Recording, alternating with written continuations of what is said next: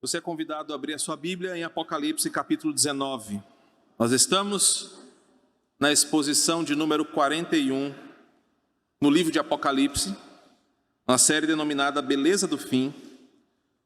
Todos os demais capítulos e exposições estão disponíveis no canal da igreja pelo YouTube. Lá nós fizemos todas as exposições do livro até aqui. Estamos chegando na reta final do livro de Apocalipse.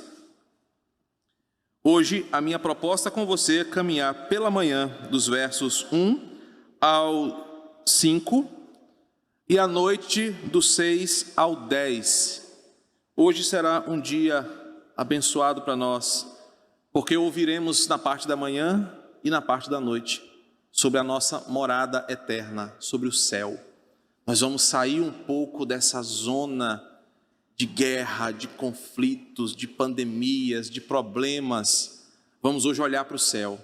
Nós vamos hoje olhar para onde estaremos eternamente. E o meu desejo sincero, que assim como eu fui edificado, abençoado na preparação deste material, você também saia daqui com o coração cheio de expectativa, regozijando-se no Senhor, daquilo que a Bíblia promete para nós, os seus eleitos.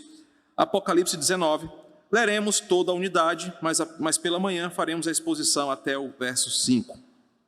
Depois destas coisas, ouvi no céu como uma grande voz de uma numerosa multidão, dizendo: Aleluia! Salvação e a glória e o poder são do nosso Deus. Porquanto verdadeiros e justos são os seus juízos, pois julgou a grande meretriz que corrompia a terra com a sua prostituição, e das mãos dela vingou o sangue dos seus servos. Segunda vez disseram: Aleluia! E a sua fumaça sobe pelos séculos dos séculos. Os 24 anciãos e os 4 seres viventes prostraram-se e adoraram a Deus, que se acha sentado no trono, dizendo: Amém, Aleluia. Saiu do trono uma voz exclamando: Dai louvores ao nosso Deus, todos os seus servos, o que o temeis, os pequenos e grandes. Então ouvi uma voz como de numerosa multidão, como de muitas águas e como de fortes trovões, dizendo: Aleluia.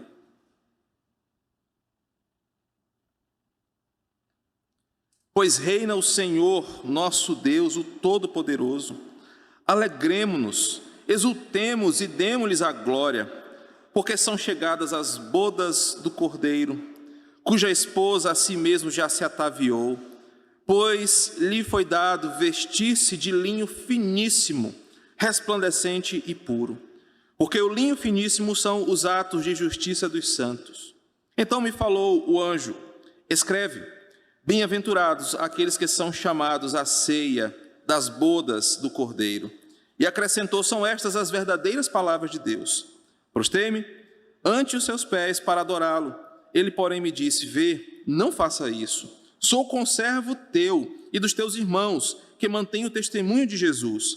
Adora a Deus, pois o testemunho de Jesus é o espírito da profecia. Meus irmãos, como temos caminhado até aqui, para que você lembre-se do que temos estudado, o livro de Apocalipse se divide em 2 metades, 1 ao 11, 12 ao 22.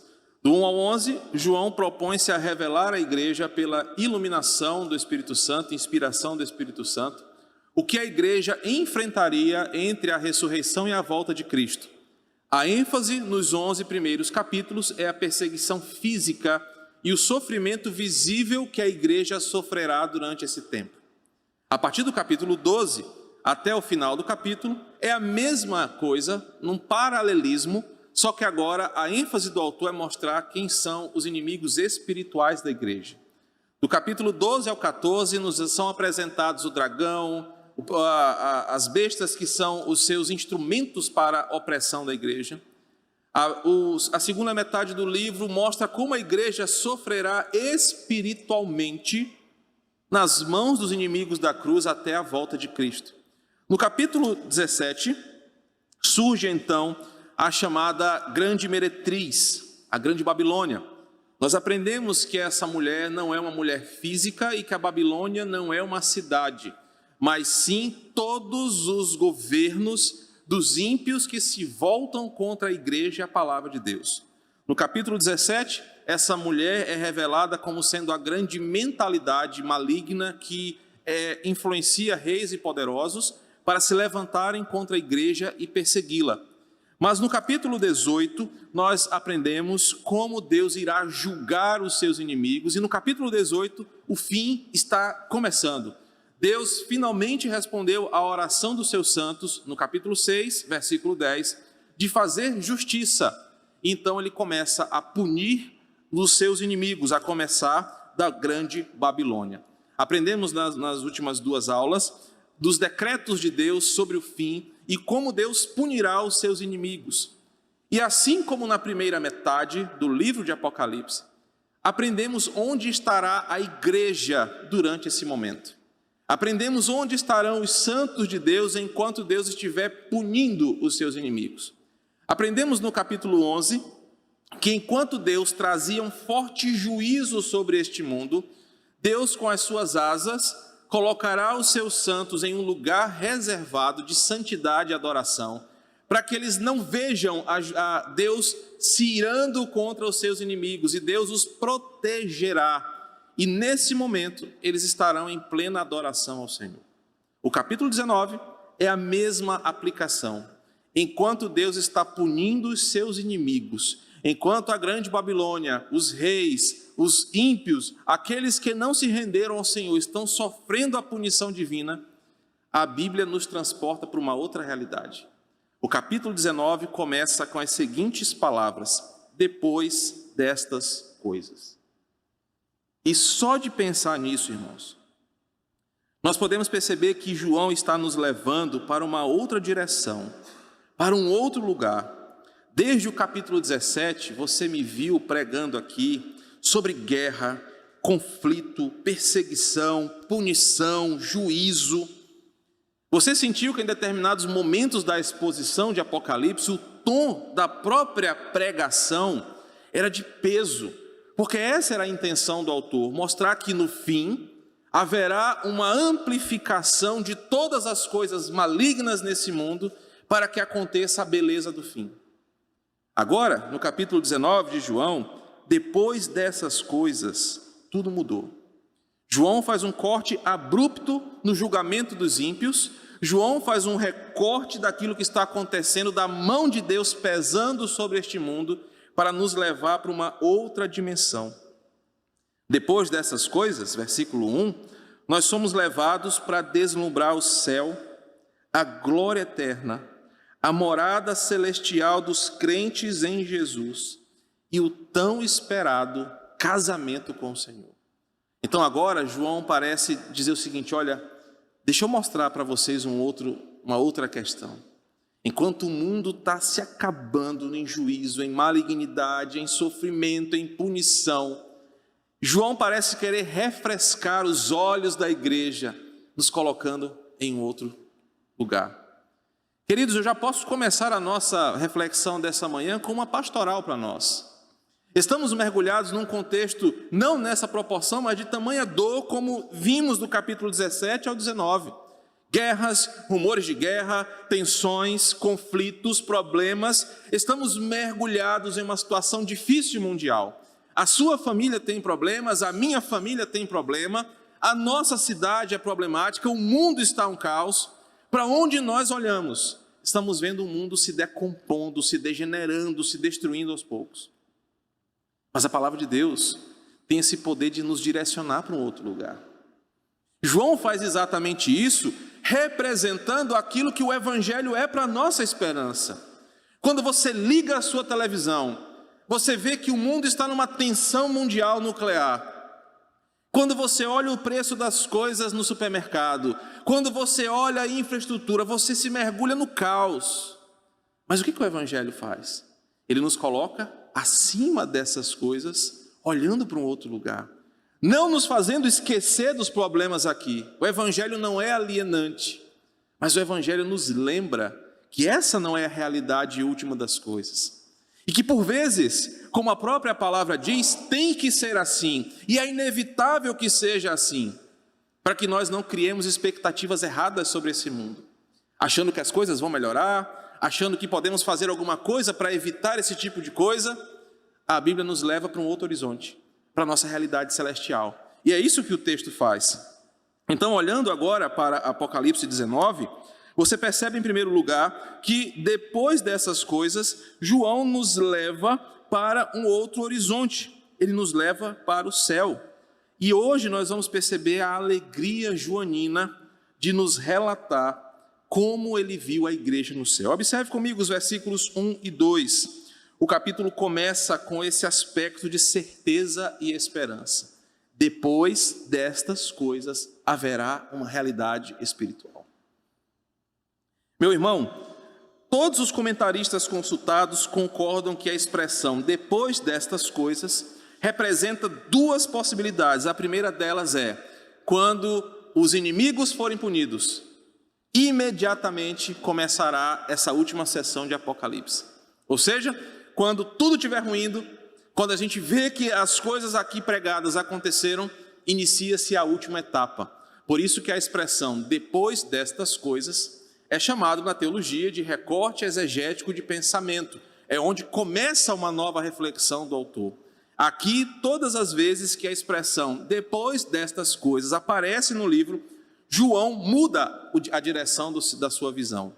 Então, alguns comentaristas falam, depois do fim da Babilônia, imediatamente começa a última etapa eterna dos crentes. Entretanto, outros comentaristas concordam, e eu sou mais adepto a essa parte, que como Apocalipse é um conjunto de revelações, eu já expliquei isso aqui, enquanto João focava o seu olhar no juízo da Babilônia, ele descreveu aquilo lá. Mas o depois dessas coisas significa que ele virou para o lado e olhou em outra direção. Porque em outro momento, lá em Apocalipse capítulo 11, dá para perceber que as duas coisas acontecem de forma paralela. Enquanto o mundo está sendo punido, a igreja está no céu adorando. E aqui nós vamos perceber que João diz que é uma certeza. Depois dessas coisas, ele ouviu no céu uma grande multidão. Isso nos faz perceber que podemos combater a incredulidade do nosso coração com aquilo que está escrito. Eu tenho, e minha esposa sabe disso, meu maior conflito é a minha incredulidade. Pode parecer paradoxal, que diabo é que um pastor é incrédulo em algumas coisas da Bíblia. Por várias vezes eu me pego pensando, meu Deus, e se não existir essa realidade, se não existir o céu, e se tudo isso que eu estou ensinando, no final das contas, quando o irmão estiver morrendo e morrer, não tiver nada disso que eu estou ensinando. Queridos, João, eu sei que por vezes você tem esses lapsos de incredulidade, mas João nos traz uma certeza. Depois dessas coisas eu vi o céu. Assim como Estevão também viu, assim como outros personagens bíblicos relataram que existe essa realidade espiritual, que nenhum ateísmo, nenhuma ideologia, nenhum argumento humanista pode desfazer.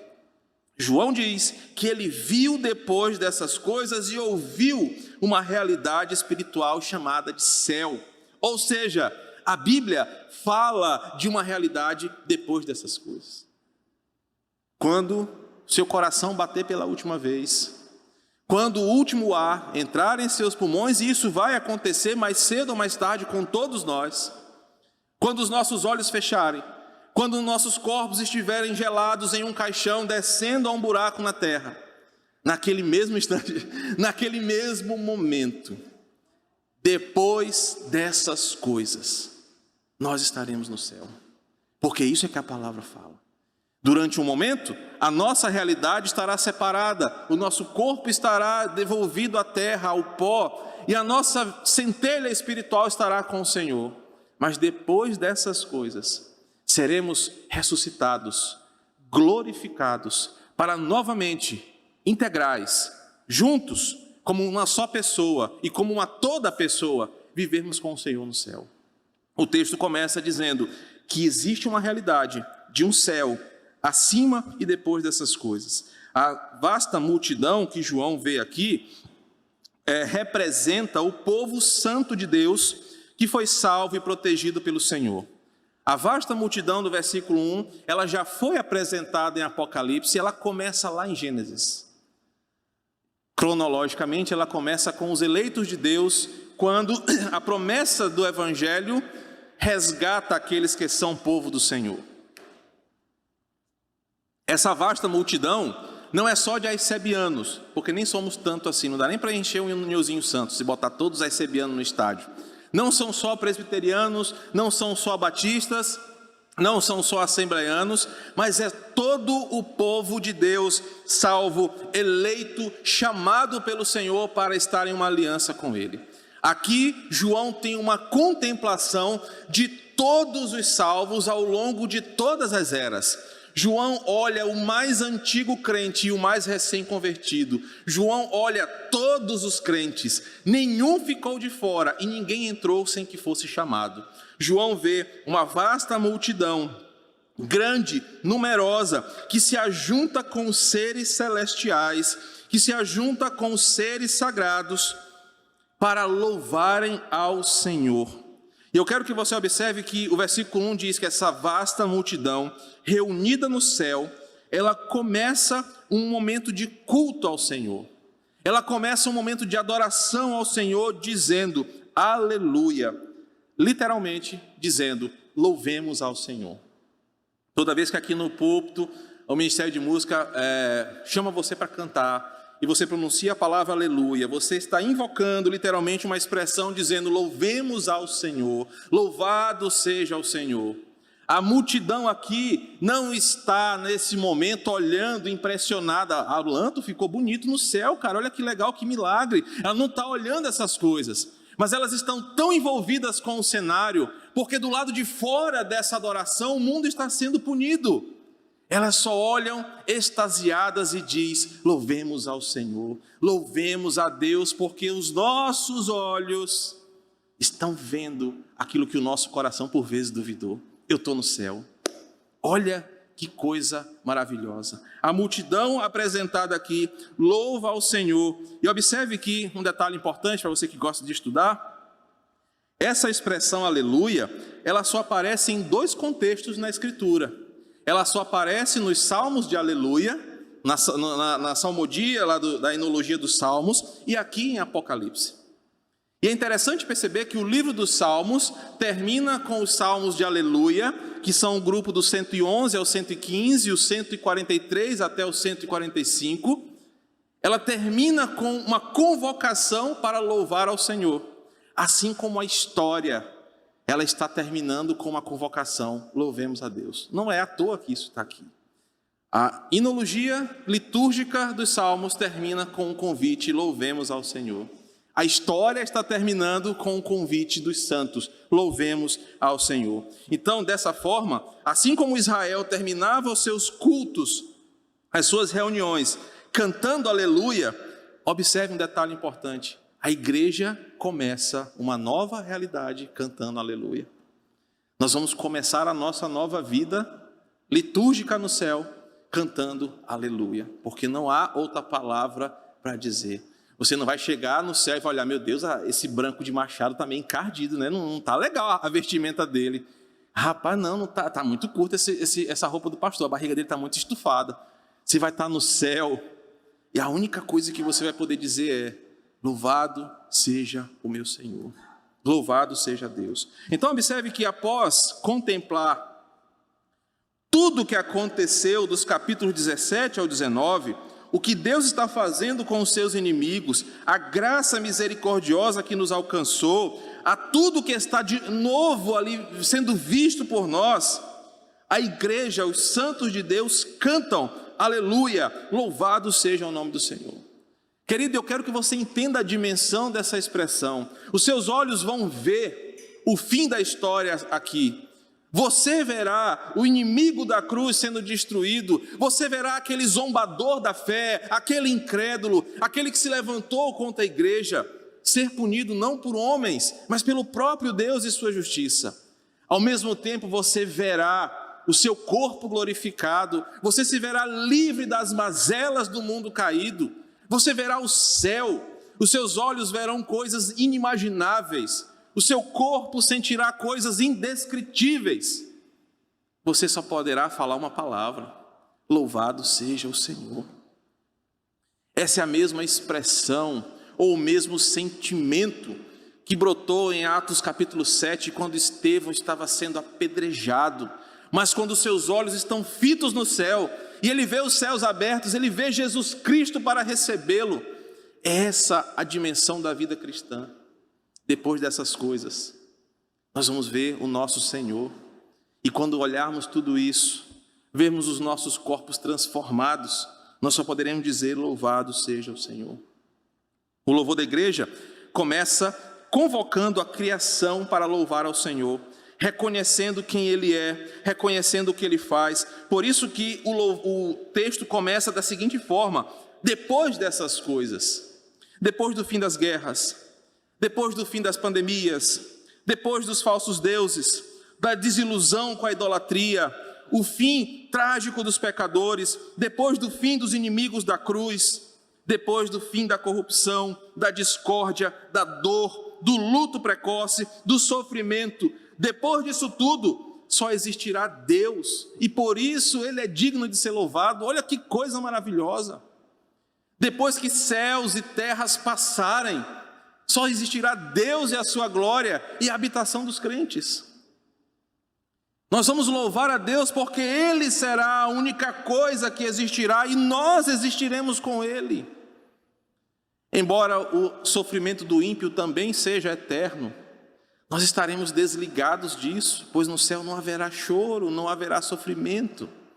Depois dessas coisas que vão passar, só Ele existirá.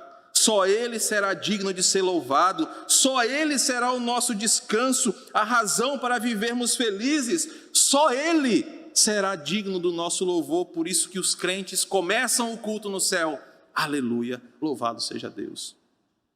Ainda no versículo 1, o motivo do louvor é reforçado aqui: a salvação, a glória e o poder são do nosso.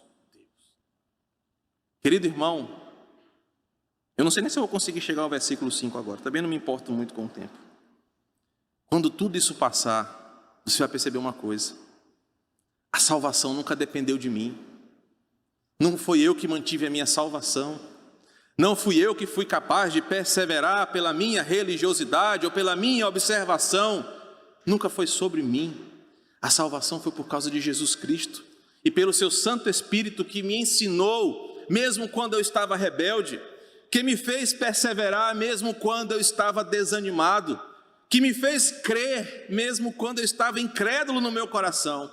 A salvação pertence a Ele, nunca pertenceu ao homem. O homem nunca teve a capacidade de ganhar aquilo que ele nunca teve por direito, aquilo que ele perdeu de uma vez por todas.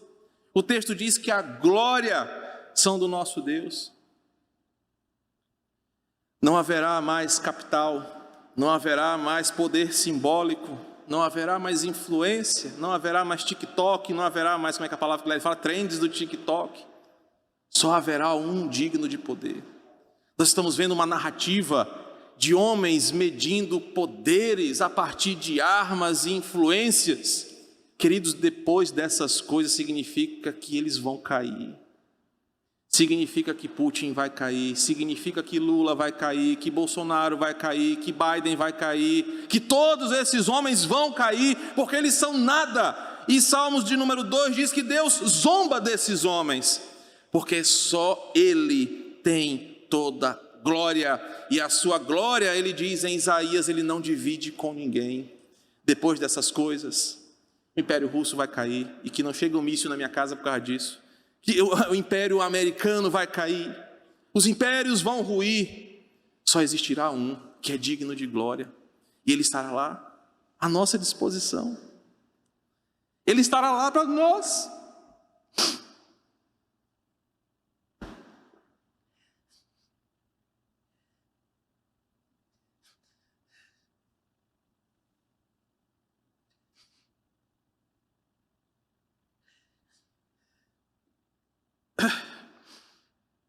Que bênção, viu?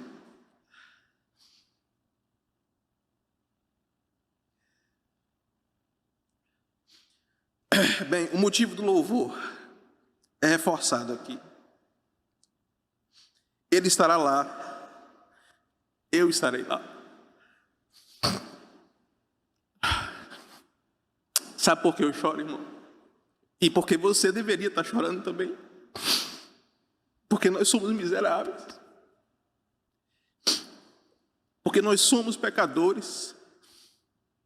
A gente briga por coisas que vão passar. A gente briga para viver um pouquinho mais aqui.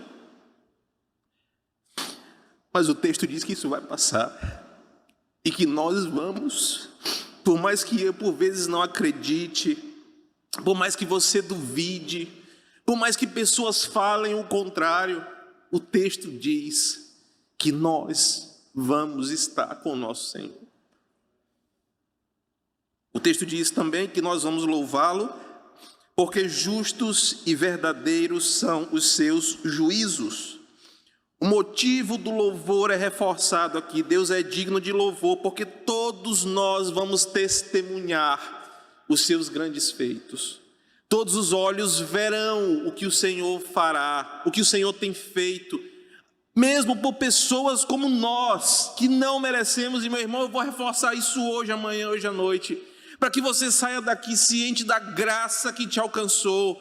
Você não merece o céu, eu não mereço a salvação, porque por vezes eu reluto contra ela, mas o texto diz que nada pode denegrir ou ferir a imagem desse Deus reto. A CNN pode se levantar, a Globo pode se levantar, os ativistas de esquerda podem se levantar, querendo denegrir a imagem desse Deus santo, poderoso e justo, mas nada pode ferir a imagem desse Deus. E nós vamos ver que no final de tudo, a sua justiça foi perfeita. Ele não será pesado com ninguém que não mereça. Ele não será injusto com ninguém, porque aos seus eleitos, aqueles que foram salvos por Cristo Jesus, Ele os protegerá de todo mal. Cara, e que bênção é isso? Ele nos protegerá, não é só de um vírus aqui, mas Ele nos protegerá do que aguarda o ímpio na eternidade. E por vezes você continua na sua incredulidade, você continua preso no seu pecado, porque você só olha para cá, você não olha para depois dessas coisas, você não imagina o que é uma eternidade de sofrimento. E se você não sabe o que é só você olhar na última lição, como será a eternidade de sofrimento do ímpio. Quando nós percebemos isso, no fim de tudo, a criação toda verá que Deus agiu de forma justa, por isso Ele é digno de louvor. A prova disso, os irmãos estão vendo, foi o que Deus fez com a grande meretriz, com aqueles que não se converteram, com aqueles ímpios que foram seduzidos pelas trevas. Eles aproveitaram a vida aqui, capítulo 18, mas o fim deles chegou, e agora não adiantava dinheiro, sobrenome, poder, império, exército. Eles foram punidos pelo próprio Senhor. E eu e você, pobres coitados, que nem sobrenome temos, vamos estar salvos, enquanto esses homens e mulheres ímpios, inimigos da cruz, que o texto mostra que tanto nos fizeram sofrer, com a sua injustiça, com o seu poder usado para o mal, que se levantaram contra a igreja do Senhor, eles serão punidos, e pessoas humildes como nós, seremos tratados como reis, seremos tratados como os filhos de Deus que nós somos. É o que nós vamos falar à noite. Você sentará numa grande mesa, irmão. Você sentará numa grande mesa com o Senhor, e nessa mesa, o Senhor vai te servir. Ele vai perguntar: Chico, qual é o ponto do teu bife, da tua bisteca? Vai perguntar: você gosta de que tipo de vinho? O que você gosta de beber? Num laço de intimidade. Porque eu mereço? Não, porque Ele me ama, porque Ele te ama. Isso é a bênção de ser crente. O versículo 3 nos mostra então, o que esses dois versículos nos ensinam. Eu imagino que nós vamos ter que parar por aqui. Esses dois versículos nos ensinam princípios importantes sobre a nossa série de mensagens. E o primeiro princípio é esse, vem dessa expressão: depois destas coisas. Meu irmão, eu sei que você está cansado, ninguém aguenta mais usar máscara, Minha máscara aqui, vou até aproveitar para usar e enxugar meu nariz que está suado, está fungando. Ninguém aguenta mais essa porcaria de máscara. A gente não aguenta mais brigar com esse vírus, ter medo de fazer as coisas. A gente está cansado, eu sei disso. Você está cansado de ligar a sua televisão de manhã cedo e só ouvir desgraça naquela televisão. Você está cansado assim como eu estou, porque os últimos anos foram pesados, foram amargos. Você não tem mais a liberdade sequer de abraçar uma pessoa. A gente está cansado dessa vida aqui. E eu não vou dizer que não é verdade. Eu estou cansado de pastorear no meio de uma pandemia. Eu estou cansado de não saber o que fazer. Eu sei que você está cansado de ter todas essas dificuldades que você está enfrentando na sua vida. Eu sei que a coisa não vai melhorar durante um bom tempo. Eu sei que nós vamos viver dias difíceis e talvez até piores. Eu sei que a coisa não está legal. Nós estamos vindo de uma pandemia que nos deixou cicatrizes permanentes na nossa alma.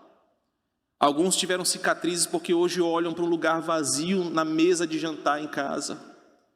Alguns outros olham para a sua família e vê que falta alguém que essa pandemia miserável levou. Você olha para a sua conta financeira, sua conta bancária cada vez mais apertada e você não consegue mais sequer sair com a sua família sem pensar que esse dinheiro aqui poderia ser usado para uma coisa amanhã. A gente está vindo de um momento difícil, cicatrizes na nossa alma, à beira de uma guerra nuclear. A inflação está sufocando nossos salários, os dias estão sendo difíceis. Mas olha o que o texto diz: depois destas coisas. A Bíblia diz que isso vai ter fim, isso vai passar, isso vai acabar. E quando isso chegar ao fim, olha para o versículo 1, depois dessas coisas, só existirá o céu, o júbilo, a alegria, só existirá Deus e o seu povo reunido em eterna adoração. Não importa o tamanho do que estamos sofrendo, não importa a dificuldade que estamos vivendo, não importa a brevidade com que a nossa vida será levada aqui, e muito menos a forma como morreremos. A Bíblia diz que depois dessas coisas, elas vão acabar. Nós vamos estar no céu, com os anjos, entoando louvores, não lembrando dessas coisas. Sabe, meu irmão, você que está com medo, que está cansado, você que já está desiludido, desacreditado, o texto diz que isso vai acabar, isso vai ter um fim. E depois dessas coisas, serve para nós como uma certeza bíblica: o mal vai ser punido, o sofrimento terá fim, e depois dessas coisas, só existirá glória e louvor. Depois dessas coisas, só existirá a alegria eterna no nosso coração. O segundo princípio está manifesto na potente voz da multidão do versículo 1. Observe que João é atraído pela grande voz, que está lá na frente comparada com o som de muitas águas, mas que aqui no versículo 1 diz que é uma voz potente. Lá no versículo 6 fala que é como de fortes trovões. Uma voz potente que rompe os desafios, os problemas, restaura o cansado, dá esperança ao abatido. Isso é o poder do louvor da igreja. João está dizendo para nós o poder do louvor da igreja na vida de um crente. Quando um crente canta em igreja reunida, o som da sua voz rompe os desafios, tira você dessa realidade e te leva para uma dimensão espiritual. O louvor dá esperança para quem está cansado. O louvor da igreja aqui na terra, ele é miúdo, ele é murcho, ele é fraco. Chicó fala só a igreja, a gente ouve um ou dois cantando aqui. Mas o texto fala que nesse momento do louvor, a grande multidão vai cantar, e o louvor da igreja será tremendo a ponto de cobrir toda a extensão da criação. Você consegue imaginar isso? Você consegue imaginar o que é um louvor, um cântico de toda a igreja sendo cantado e ouvido em todo o céu? E não importa se você é afinado, desafinado, importa que você está com o coração louvando ao Senhor. O louvor da igreja, o cântico congregacional que nós cantamos aqui, deveria ser melhor aproveitado por você, por mim também. Porque o texto diz que é nesse momento de louvor que a nossa fé é aquecida. A Will falou, esse é o meu cântico predileto, que nós cantamos agora. Não há Deus maior, não há Deus melhor. Eu gosto muito desse cântico. Canto ele há muitos anos, sozinho na minha alma. Porque isso aquece a minha fé. Porque isso me levanta quando eu estou nas minhas crises. Porque isso me continua a perseverar numa coisa que eu sei que é difícil para mim e para você. O louvor é a arma que nós temos. Não é para lutar contra demônios, igual os neopentecostais ensinam. Não é para lutar contra problemas. O louvor é uma arma que eu tenho contra o meu próprio coração, que por vezes quer desacreditar, mas quando eu canto e medito no que eu estou cantando e acredito naquilo que eu estou cantando, os céus se abrem e a aleluia, a glória, ela é manifesta a minha vida, o louvor ao Senhor. Terceiro lugar, os atributos de Deus são os alvos da nossa adoração. Nós não cantamos porque ganhamos um carro. Os irmãos aqui já foram ensinados, não me peça para ungir seu carro novo, eu não vou ungir. Eu vou pedir para o Detran pegar e cobrar IPVA, te dar multa para tu andar direito, botar cinto. Não me peça para ungir sua casa nova, eu não fui chamado para ungir bem material de ninguém. Eu já disse isso aqui na igreja. Eu tenho que orar pela sua vida. Eu tenho que orar para Deus te proteger de todo mal, te livrar do maligno e te abençoar. Estou falando isso porque tem muita gente que chegou na igreja e nunca mais tinha repetido isso, né? Então você não comprar um carro, pastor, unge aqui meu carro. Eu não vou ungir, eu posso dar uma volta, massa, bacana. Isso eu não vou fazer. Mas eu quero que você perceba que as pessoas louvam a Deus aqui, não é pelo que Ele deu. Não é pelo que você conquistou. O louvor da igreja aqui é pelos atributos de Deus. E só isso era suficiente para você louvar. A igreja louva a Deus porque Ele é verdadeiro, porque Ele é justo, porque a salvação pertence a Ele, porque Ele é digno de toda glória, porque Ele é soberano. E enquanto eu falo isso, você poderia estar dizendo aleluia, sabia? Porque Deus é santo, porque Deus é verdadeiro, porque Ele é todo-poderoso, porque Ele é amoroso, porque Ele é íntegro, porque Ele é o nosso Deus. O louvor não é por situação, o louvor é por aquele a quem você ama. E a igreja adora ao Senhor porque somente Ele é digno e mais ninguém do nosso louvor. Eu quero que você perceba que eu ainda nem comecei o versículo 2. E você está sendo levado a perceber como será a nossa vida na eternidade. Nós olharemos em uma teofania que eu não sei explicar, a Bíblia não fala isso. Mas nossos olhos verão. E quando você olhar aquele ser, que a sua mente glorificada conseguir processar, aquele ali é o meu Senhor. Você vai ver todos esses atributos nele. E você vai se olhar. Irmãos, eu falo isso há muitos anos nessa igreja, porque eu conheço o meu coração. Eu sei de onde eu vim, eu sei o que eu fiz. Você vai olhar e vai dizer, eu não mereço estar aqui. Eu não mereço estar aqui. E nessa hora, todo o seu mérito foi por água abaixo. Porque nada conseguiu colocar você no céu, a não ser Jesus Cristo. Ele é o único digno de glória. Vamos parar por aqui. Já vi que vou demorar muito no capítulo 19. Louvado seja o Senhor por isso.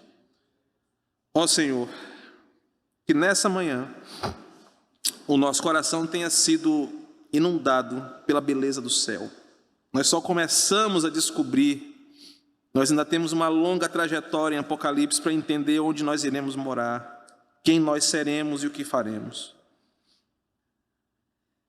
Mas hoje pela manhã, Senhor, nós já aprendemos coisas importantes para alimentarem a nossa fé. A primeira delas é que depois dessas coisas, elas acabarão e só existirá o Senhor. E o teu povo que estará contigo, te louvando, dizendo, louvemos ao Senhor, porque o Senhor foi fiel em cumprir cada pedacinho da tua palavra. Senhor, sabemos que Tu tens guardado a nossa vida, não pelo desejo de vivermos mais um pouco aqui, mas o Senhor tem nos guardado pela eternidade em salvação em Ti. Podemos morrer com 30, 40, 20, 10, 80, 100 anos, tanto faz, desde que a nossa vida esteja guardada eternamente em Ti. Desde que sejamos esses santos aqui reunidos em santa convocação ao Senhor. E quando essas coisas passarem, elas vão passar, depois destas coisas, estaremos eternamente no céu contigo, livre de preocupações, livre de problemas, sem dor, sem luto, sem medo, apenas dizendo: louvemos ao Senhor. Que bênção, Senhor, que glória. Fala conosco essa noite, quando tentaremos ainda caminhar um pouco mais em Apocalipse. Não temos pressa, pois o alimento que vem do céu é tão bom que não temos pressa em terminar. Nos abençoa, Pai, em nome de Jesus.